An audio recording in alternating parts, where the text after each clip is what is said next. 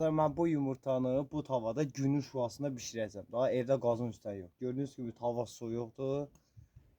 Hardasa bir 5 dəqiqəyə qoyuram günün altında.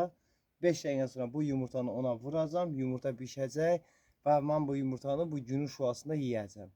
Yəni hava o dərəcədə istidir. 5 dəqiqə gün şurasına qalsın.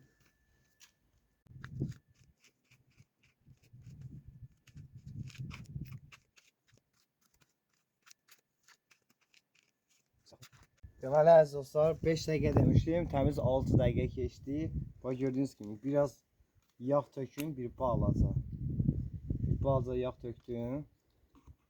Bu da bizim yumurtanı hara qoydum? Bu da bizim yumurtamız. Gördüyünüz gibi.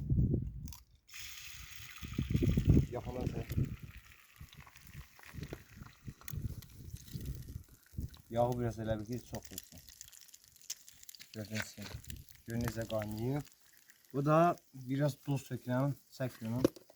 Biraz da duz sökürəm ki daha dadlı olsun. Yenə verdən çörəyi də götürüm gəlim. Qoy özü gün altında bişsin.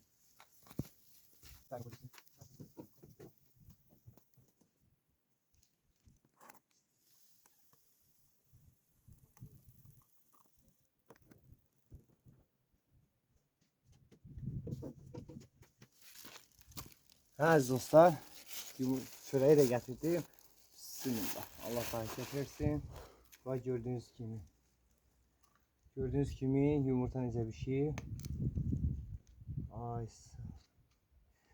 Bakın bismillah, nuş olsun. Evdə pişən, qazın üstünə pişən yumurtanın dadıdır. Görüyorsunuz mu? Yəni əziz dostlar, yaydır, biraz ekonom eləyin, qazı zadı az yandırın. Yəni bu şeylərdən istifadə eləyin. Bu Allah'ın bizə verdiyi bir nemətdir.